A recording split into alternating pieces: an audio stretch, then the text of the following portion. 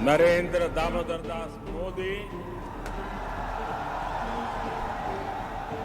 ईश्वर की शपथ लेता हूं कि मैं विधि द्वारा स्थापित भारत के संविधान के प्रति सच्ची श्रद्धा और निष्ठा रखूंगा।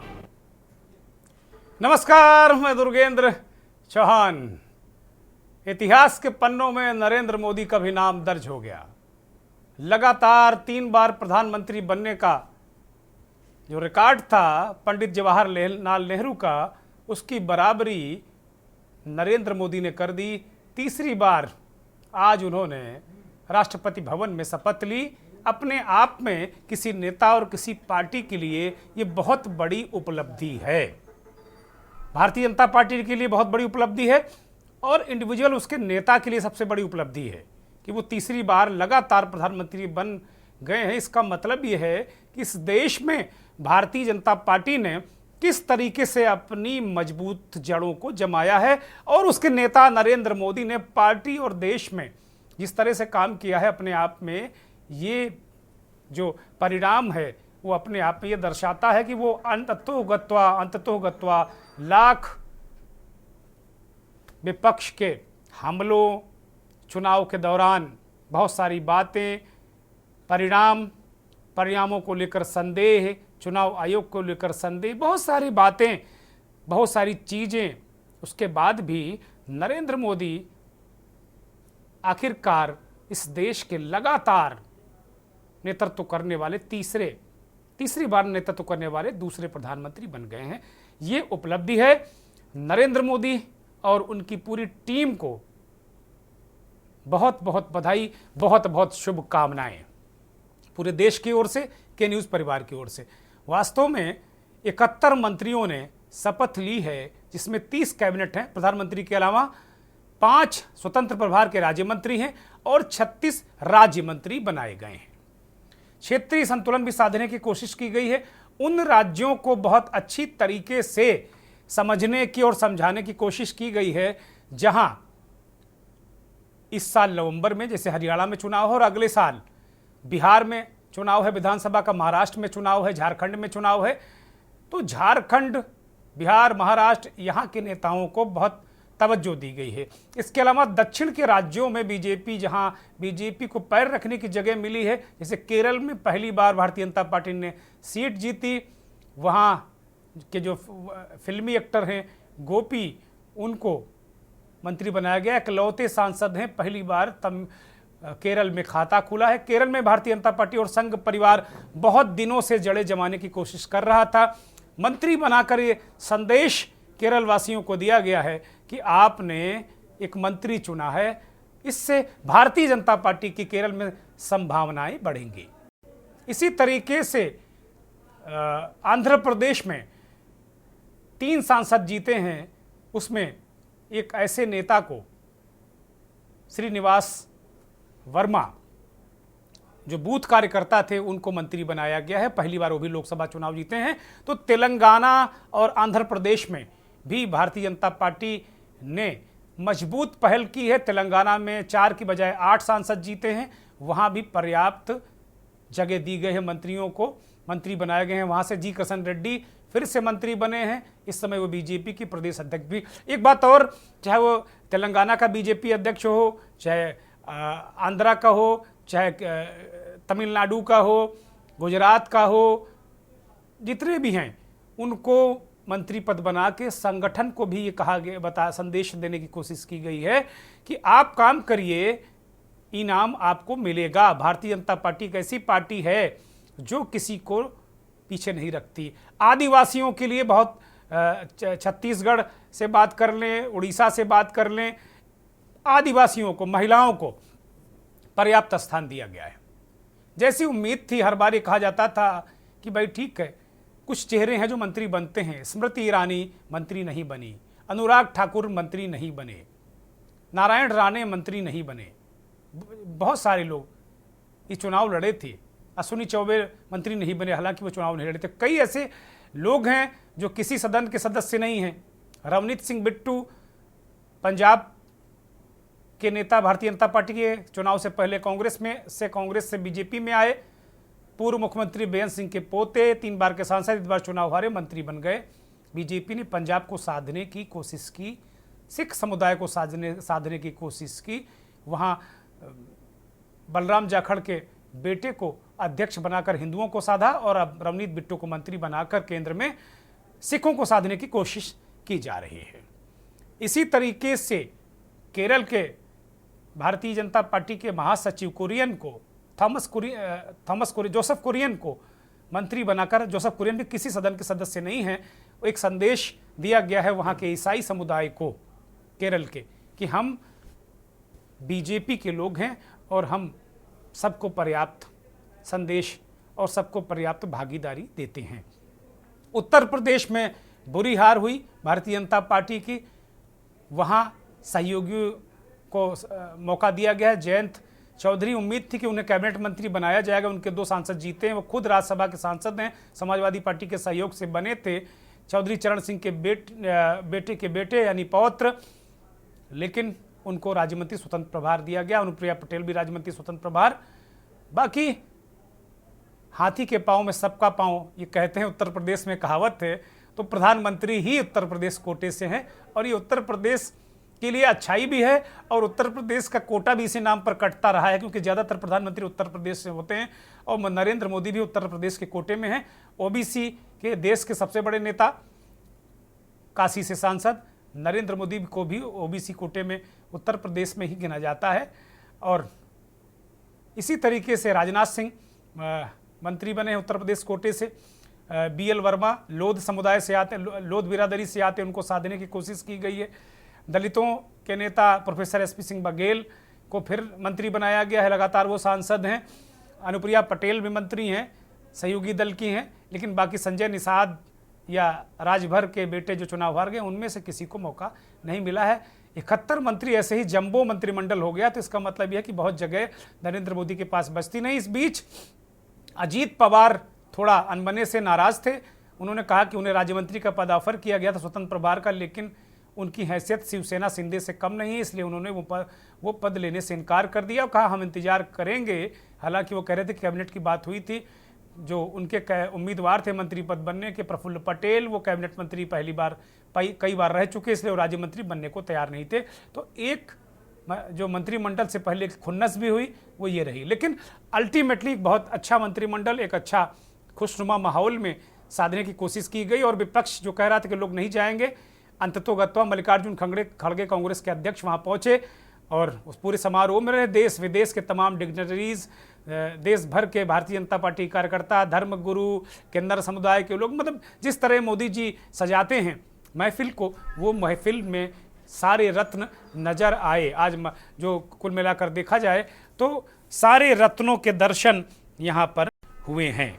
तो कुल मिलाकर एक अच्छा मंत्रिमंडल बनाने की कोशिश की गई है, लेकिन जाति समीकरण जहाँ महाराष्ट्र से भी लोगों को लेने की कोशिश की गई, महाराष्ट्र से 6 मंत्री हैं, वहाँ महाराष्ट्र में बुरी तरह हार हुई है। बीजेपी डबल डिजिट में नहीं पहुँच पाई। उत्तर प्रदेश में बड़ी भयानक स्थिति रही है और बहुत सारे जो अन्य राज्य हैं वहाँ भी, बंगाल में भी बिल्कुल साफ हो गए, लेकिन वहाँ के भी प्रदेश अध्यक्ष को, सुकांतो मजूमदार को मंत्री बनाया गया है। तो एक अलग तरीके से ये पूरे समीकरण साधने की कोशिश की गई है। हमारे साथ कुछ विद्वत जन, पत्रकार और विश्लेषक जुड़ गए हैं। राघवेंद्र सिंह राजू राजनीतिक विश्लेषक हैं, उत्तर प्रदेश से जुड़े हैं। मनीष शर्मा पॉलिटिकल एनालिस्ट हैं, एक्टिविस्ट हैं, वो भी जुड़े हुए हैं। महेंद्र सिंह वरिष्ठ पत्रकार हमारे साथ जुड़े हुए हैं और आलोक त्रिपाठी वरिष्ठ पत्रकार हमारे साथ जुड़े हुए हैं। सभी का बहुत स्वागत, बहुत धन्यवाद। दिन भर से आप लोग विश्लेषण कर रहे हैं। महेंद्र सिंह, इस पूरे मंत्रिमंडल को लेकर मुझे तो जो बहुत सारे पुराने चेहरे रिपीट हुए हैं और अगर मैं व्यक्तिगत कहूं तो मुझे बहुत फ्रेशनेस नहीं दिखी मंत्रिमंडल में। मतलब एक तरोताज़ा, यह हो सकता है 2 बार से बहुत सारे चेहरों को मैं देख रहा हूं इसलिए मुझे बहुत फ्रेशनेस महसूस नहीं हुई हो, लेकिन तरोताज़ापन जो मंत्रिमंडल में दिखना चाहिए एकदम से, वो नहीं दिखा। और उत्तर प्रदेश में जब पिछली बार बहुत सारे मंत्रियों को हटाया गया था तो यूपी में बहुत सारे मंत्री बनाए गए थे और ये कहा गया था ये ओबीसी, वो ओबीसी, बहुत सारे प्रयोग किए गए थे, लेकिन बड़े पैमाने पर उत्तर प्रदेश में भी मंत्रियों की भयानक हार हुई है। तो अब मुझे लगता है कि बहुत मजबूत लोगों को, जो बहुत ठीक ठाक वोटों से जीते हैं, या बाबूलाल वर्मा जैसे लोग कोई जुगाड़ पानी बहुत दिनों से लगाए हैं, वो कल्याण सिंह जी का कोई जुगाड़ पानी है उनका, वो मंत्री बन जाते हैं। मुझे लगता नहीं वो चुनाव में काम करते, कहीं नजर नहीं आते, लेकिन मंत्री बन जाते हैं। तो कई जुगाड़ू लोग भी मंत्री बन गए। बहुत पत्रकार साथी कह रहे थे कि भाई खट्टर ने पार्टी को जमींदोज कर दिया, कब्र में पहुंचा दिया पार्टी को, खट्टर मंत्री बन गए। वही कैबिनेट मंत्री खट्टर, वही जो शिवराज ने जो पार्टी को कहा था कि हम 29 सीटें जीत कर देंगे, उस आदमी ने जीत कर दिया, वो भी वही कैबिनेट मंत्री और खट्टर भी मंत्री। तो इसको लेकर भी बड़ी गुरेज थी, जो दक्षिण पंथ को कैटर करने वाले तमाम विश्लेषकों को भी मैं सुन रहा था। महेंद्र, प्रेसिडेंस तो बिल्कुल नहीं दिख रही है। और एक और कमी दिखी, जो प्रधानमंत्री जी बड़ा मातृशक्ति की बात करते थे और बिल भी पास किया, तो आपने भी देखा होगा कैबिनेट में तो सिर्फ 2 मातृशक्ति हैं, अन्नपूर्णा देवी और सीतारमन जी। और तीसरी है शोभा, तीन मान लीजिए, शोभा कलंदराजे हैं, तीन मान लीजिए, शोभा कलंदराजे, तीन मान लीजिए जी। शोभा कलंदराजे हैं, एक और आदिवासी महिला लिया है उन्होंने, चार हैं जी।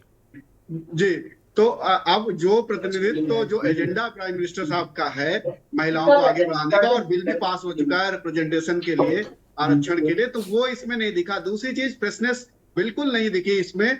और तीसरी एक चीज और जो दिख रही है, अभी एनालिसिस करेंगे तो और पता चलेगा, उत्तर प्रदेश को इस बार राज्य मंत्रियों के द्वारा चलाने की कोशिश शायद दिख रही है। कैबिनेट में बहुत ज्यादा जो ड्यू है उत्तर प्रदेश का, वो नहीं मिलता हुआ दिख रहा मुझे। इसमें अगर आप हरदीप सिंह पुरी को ले लीजिए, उत्तर प्रदेश से ही राज्यसभा के सांसद बने, तो अलग बात है, वरना वो तो नहीं, मैं उनको मानता नहीं। जैसे लोग नोएडा का यूपी मानते हैं, मैं बिल्कुल नहीं मानता, उसी तरह वो मंत्री हैं। जैसे नोएडा को यूपी माना जाता है, उसी तरह वो यूपी के मंत्री हैं, बिल्कुल नहीं वो यूपी के, उनका कोटा ही अलग है। राज्य मंत्री तो बनाए, लेकिन राज्य मंत्री, इतने बड़े स्टेट को भले ही आपको कम सीटें मिली, लेकिन उतनी तब भी मिली है जितनी कई स्टेट में है नहीं सीटें। तो आपको कम से कम इसको प्राथमिकता देना चाहिए था, नए चेहरे लाने चाहिए थे, और हैं नए चेहरे, अच्छे चेहरे हैं, उनको लाना चाहिए था। लेकिन बहुत सारे ऐसे चेहरे, वही पुराने चेहरे जिनके ऊपर आरोप ये लगते रहे कि वो अच्छा परफॉर्म नहीं करते हैं, रिपीट किए गए हैं। अब मंत्रालय देखना होगा कि मंत्रालयों में फेरबदल कितनों में होता है और क्या इंपॉर्टेंस दी जाती है। दूसरा ये कि जो एलआईज हैं, जो एलआई है इनके, उनको बहुत ज्यादा वेटेज नहीं देते हुए मैं देख रहा हूँ, बहुत ज्यादा नहीं दिया गया है।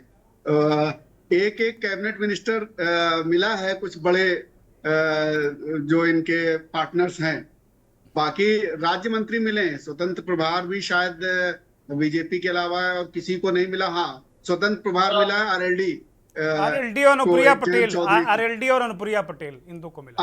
अनुप्रिया स्वतंत्र प्रभार नहीं मिला, राज्य मंत्री जी, तो आरएलडी को मिला बस। तो बहुत ज्यादा बहुत बड़ा हो गया है, लेकिन अभी मुझे लगता है जो घटक दल हैं वो संतुष्ट नहीं होंगे।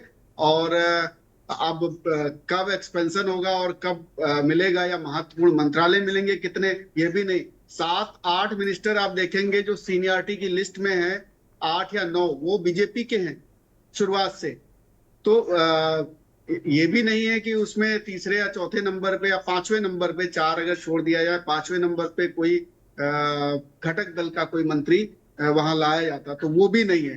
तो इसमें मुझे लग रहा है कि अभी आगे बहुत कुछ होना बाकी है, खासतौर पे मंत्रालय के बंटवारे में। या तो मंत्रालय बहुत वजनदार दिए जाए तो बात होगी, या फिर अभी जैसे अजीत पवार नाराज हो गए, पहले उनको राज्य मंत्री का ऑफर दिया जा रहा था, तो उन्होंने कहा कि राज्य मंत्री नहीं चाहे, हमारा कद काफी बड़ा है। प्रफुल्ल पटेल निश्चित तौर पर कैबिनेट मिनिस्टर रह चुके हैं, तो वो राज्य मंत्री पे नहीं जाएंगे।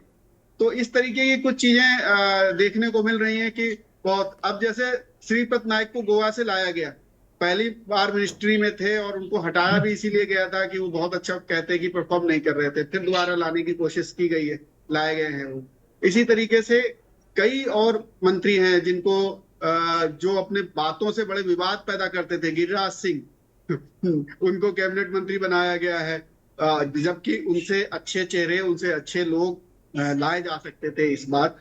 तो ऐसा किया नहीं गया। तो मुझे लग रहा है कि बहुत बैलेंस या बहुत अच्छा कैबिनेट तो नहीं कहा जाएगा।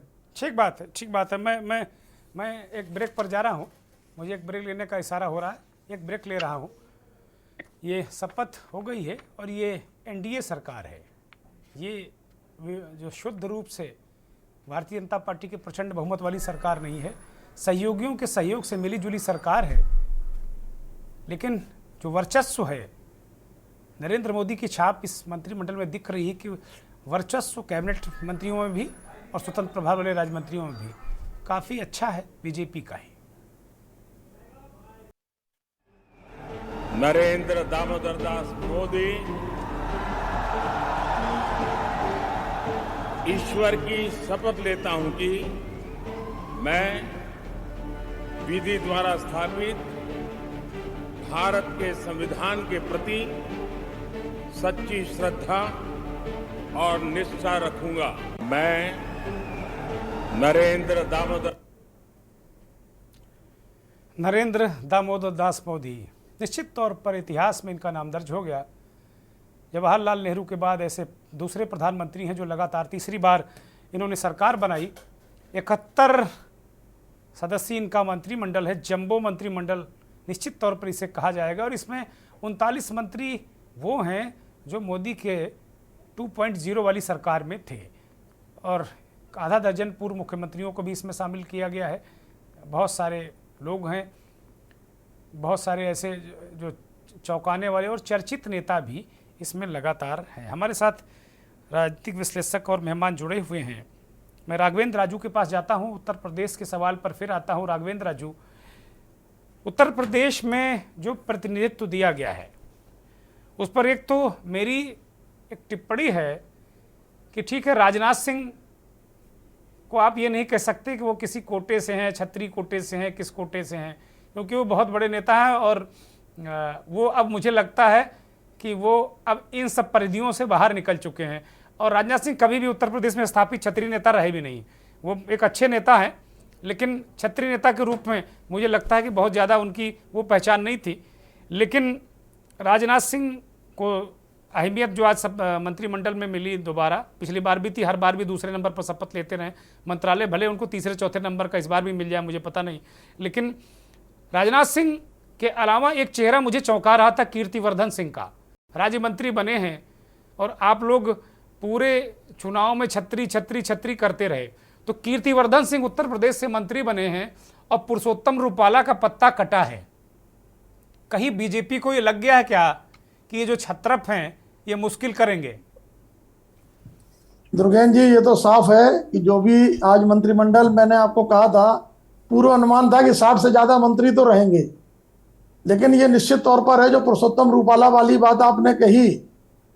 आज के मंत्रिमंडल में गुजरात मॉडल तो रहा, मैंने देखा काफी मंत्री गुजरात से बने हैं, लेकिन उत्तर प्रदेश में जहां आप बैठे हैं, कानपुर बुंदेलखंड जो क्षेत्र है, मैं समझता हूं कि बुंदेलखंड और कानपुर क्षेत्र जहां पर बीजेपी को, मैं समझता हूं कि कानपुर में 10 में से 4 सीटें मिली, बुंदेलखंड और कानपुर प्रांत में। और यही स्थिति जो आप देखते हैं कि जो अभी हमारे मित्र महेंद्र सिंह जी कह रहे थे, तो ये निश्चित तौर पर है कि इस बार सदन में 55 ऐसे चेहरे नहीं दिखे उत्तर प्रदेश से जो 17वीं लोकसभा में थे। दुर्गेन जी, अगर आप देखेंगे कि पश्चिमी उत्तर प्रदेश में पिछली बार 14 सांसद बने थे, इस बार 7 हैं, और ब्रज प्रदेश में भी 13 में से 8 रह गए। और जो मैं कानपुर बुंदेलखंड की बात कह रहा था, उसमें भी 10 में से 4 रह गए। और जो अवध क्षेत्र है, जहां प्रभु श्री राम और राम के साथ साथ तमाम धार्मिक नगरियों में भारतीय जनता पार्टी को जो हार मिली है, मैं समझता हूं कुछ उन्होंने साधने के लिए इधर उधर जो मंत्रिमंडल में विस्तार किया। और यह भी हो सकता है कि राजा ऊपर टिप्पणी की थी, क्योंकि कीर्तिवर्धन जी गोंडा के राजशाही परिवार से हैं और उन्होंने राजशाही परिवार को मंत्रिमंडल में राज्य मंत्री के रूप में किया। अरे भाई, यही तो मैं कह रहा हूं, राजा रानी को गरियाया था पुरुषोत्तम रूपाला ने, और इसीलिए उन्होंने यूपी के राजा को मंत्रिमंडल में जगह दे दी। भले ही वो राजा भैया ना सही, लेकिन राजा कीर्तिवर्धन सिंह तो है ही। मैं यही कह रहा हूं कि रूपाला को ड्रॉप और एक राज परिवार के व्यक्ति को उन्होंने लिया है। लेकिन अवध मंडल में उन्होंने किसी को मंत्री नहीं बनाया। आपने देखा होगा स्मृति ईरानी की चर्चा रही लास्ट तक, हालांकि लोगों ने यह भी कमेंट किया था कि वो अपना बूथ हार गई थी, इसलिए तमाम बातें थी, लेकिन प्रतिक्रियाएं दिन भर रही। और जो मीडिया था वो आपने देखा होगा। अच्छा ये बताओ कि राघवेंद्र जी, बहुत आज उस तरह का समय मेरे पास नहीं है कि मैं बहुत विस्तार से चर्चा करूं। आज मैं केवल मंत्रिमंडल पे क्या सोच है इस पर मैं चाहता हूं, इस पर थोड़ा सा बोलिए जी। दुर्गेन जी, आज ये है कि जितिन प्रसाद जी उत्तर प्रदेश में कैबिनेट मंत्री हैं। वो केंद्र में पहले भी मंत्री रह चुके हैं कांग्रेस की सरकार में, और बहुत बड़े परिवार से उनका वाकिफ था, लेकिन उनको आपने देखा हो कि राज्य बनना पड़ा। और वहीं प्रफुल्ल पटेल जी एनसीपी ने आपने देखा हो कि बनने से इनकार कर दिया था। तो ये तमाम चीजें हैं। और राजा भैया पर चूंकि जो टिप्पणी की थी उसका पुरस्कार कहीं ना कहीं मैं मानता हूं कि अनुप्रिया पटेल जी को मिल गया।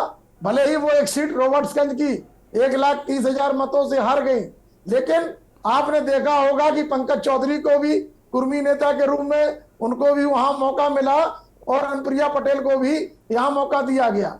तो ये तमाम चीजें थी। अनुराग ठाकुर को इस बार मौका नहीं मिला, पुरुषोत्तम रूपाला का तो आपने नाम लिया, पशुपतिनाथ पारस जी नहीं दिखाई दिए, उनकी जगह उनके भतीजे रामविलास पासवान के पुत्र चिराग पासवान कैबिनेट मंत्री के रूप में दिखे। नारायण राणा जी का आपने लिया ही, डॉक्टर वीरेंद्र सिंह भी इसमें नहीं दिखाई दिए, और भी तमाम चेहरे थे।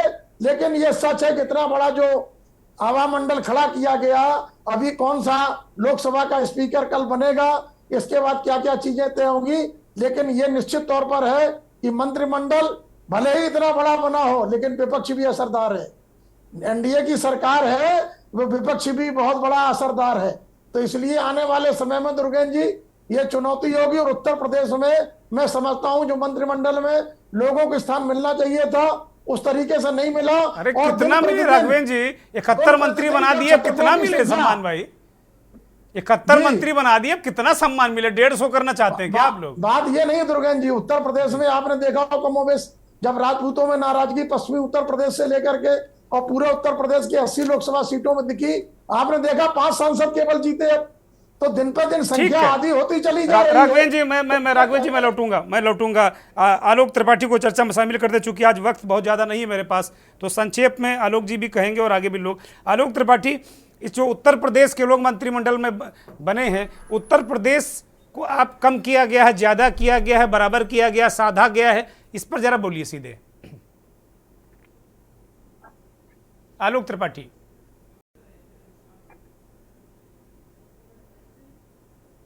आलोक त्रिपाठी सुन रहे हैं?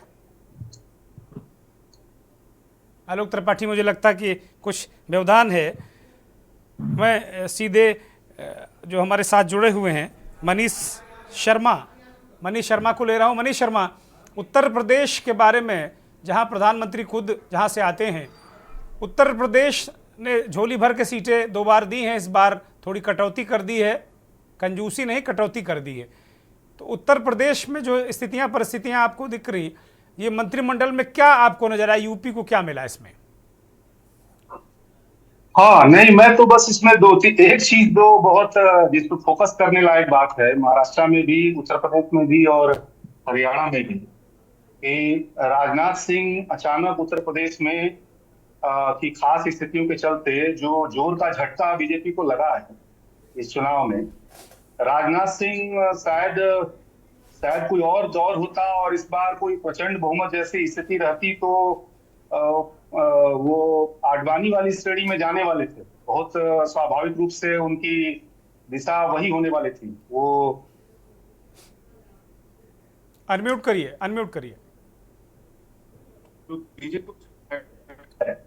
वो झटके ने एक काम कर दिया है कि राजनाथ सिंह कई कारणों से, रूपाला वाले मामले के भी कारण से, और योगी आने वाले समय में निशाने पर बने रहेंगे बीजेपी के अंदर, इसलिए भी राजनाथ सिंह को बहुत ज्यादा अतिरिक्त महत्व की बतौर मैं देख रहा हूं कि इस सरकार में उनको मिलने जा रहा।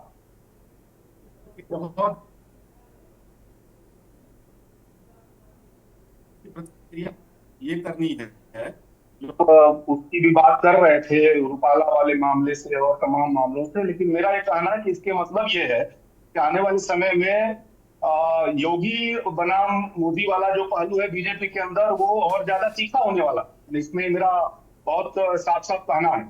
और इसलिए राजनाथ सिंह के लिए एक तरह से नया जीवन दान उनको इस खास परिस्थितियों ने उनको दे दिया। दूसरा मैं आपसे कहना चाह रहा था, आवाज आ रही है मेरी? हाँ, बोलिए। दूसरा मैं कहना चाह रहा था कि नितिन गडकरी की भी वही हालत होनी थी। इस मंत्रिमंडल में नितिन गडकरी भी अचानक जो है जो विदाई की बेला में थे, लगभग बहुत टारगेटेड थे, बहुत निशाने पे थे। महाराष्ट्र के ने जो झटका दिया है उसमें उस इलाके में जो उप मुख्यमंत्री को भी इस्तीफा देना पड़ा है।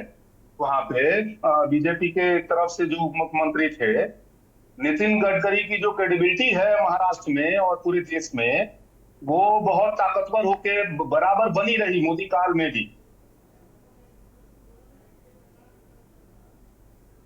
देखिए वाले इस सरकार में बहुत बढ़ने जा रहा। तीसरा मैं कहना चाह रहा था आपसे कि शिवराज सिंह पाटिल, जिन्हें बार बार कोशिश की गई ढकेलने की, खत्म करने की, लेकिन जहां भी उनको मौका मिला बहुत ताकतवर होकर उभरे। अभी फिर लोकसभा में भी उन्होंने बहुत बड़ी अंतर से उन्होंने जीत हासिल की है, और इसलिए अब उनको भी सरकार के लिए इग्नोर करना मुश्किल है।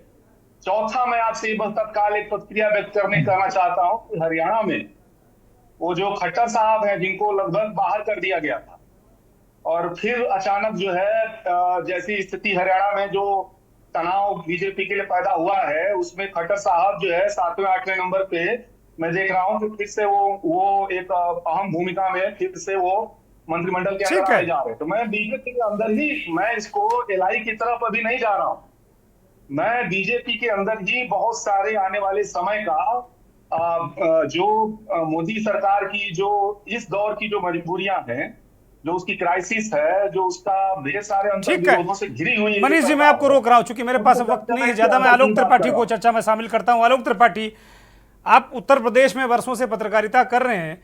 उत्तर प्रदेश पिछले मंत्रिमंडलों के मुकाबले अच्छा हुआ है, बड़ा है, कम हुआ है, ज्यादा हुआ है? बहुत कम शब्दों में मैं चाहता हूं, आलोक त्रिपाठी। देखिए, यूपी को अगर कहा जाए सीधे सीधे शब्दों में, तो जैसे को तैसा उन्होंने किया। जिस तरह से यूपी ने भारतीय जनता पार्टी को लोकसभा में बहुमत दिया यूपी से, उसी तरह से उन्होंने दिया। वरना यूपी का जो कद था, उस कद के हिसाब से मंत्रिमंडल में जगह तो नहीं मिली।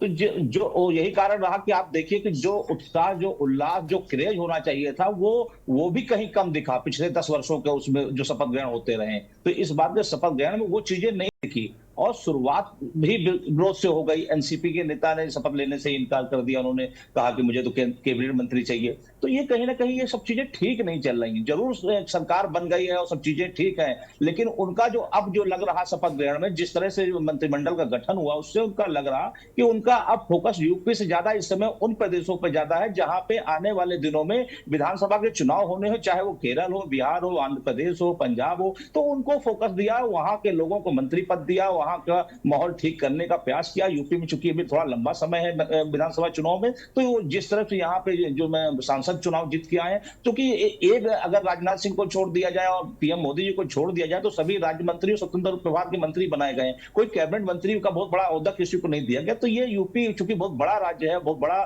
80 सांसद यहाँ से जाते हैं, तो भले ही इस बार नहीं भाजपा जीत पाई है, तो कहीं ना कहीं यूपी की उपेक्षा इस बार की गई है। जी, बहुत बहुत शुक्रिया, बहुत शुक्रिया सभी मेहमानों को। राघवेंद्र सिंह राजू बहुत धन्यवाद, मनीष शर्मा, आलोक त्रिपाठी, महेंद्र सिंह, सभी मेहमानों का बहुत धन्यवाद। मंत्रिमंडल का विस्तार ये कहें या मंत्रिमंडल का गठन, विस्तार तो नहीं, मंत्रिमंडल का गठन हो गया है। नरेंद्र मोदी ने शपथ ले ली है। 2 बार प्रचंड बहुमत की मोदी सरकार, और इस बार मिली जुली एनडीए सरकार। मेरी शुभकामनाएं कि यह सरकार और प्रधानमंत्री देश हित में काम करें। नमस्कार।